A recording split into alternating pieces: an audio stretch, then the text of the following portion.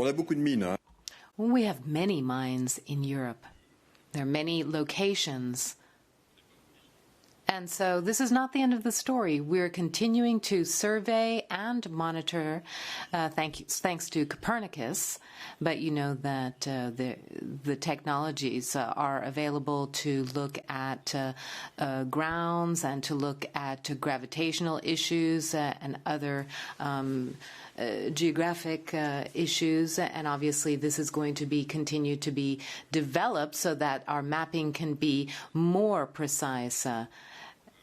And so the mapping doesn't end here. I'm sure we'll be able to find other pools in Europe. But you raised Poland as a specific case. Yes, there is the Just Transition Fund. That's very important, and we just talked about that with Elisa Ferreira, our colleague, who is in charge of the subject, as you know. And part of that fund is specifically designated for example, carbon mines that will be phased out through our strategy. But in Poland, you have cobalt, you have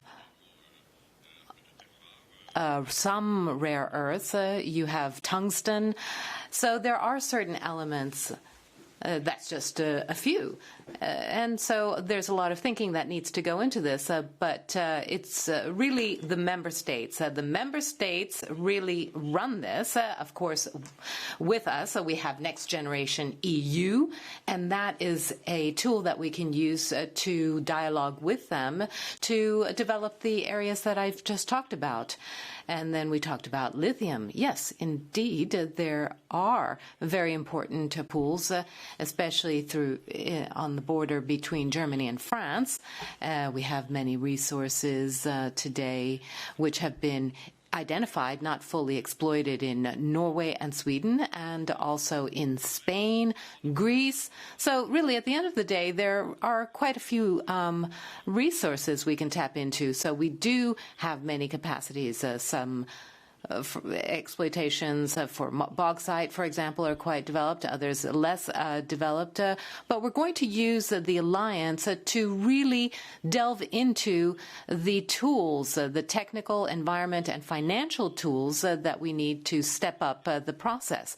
Now, on that last question, well, it's not that straightforward because these materials are not made on Earth. They're made in space through nucleosynthesis of the solar system from which we all come.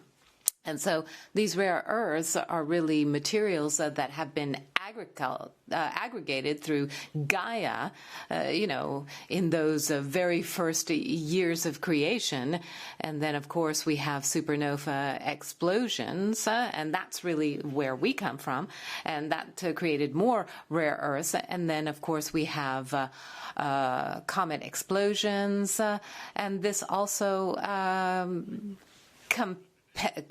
created certain compositions which are not particularly equally distributed, but they do exist, and that's what we were talking about today.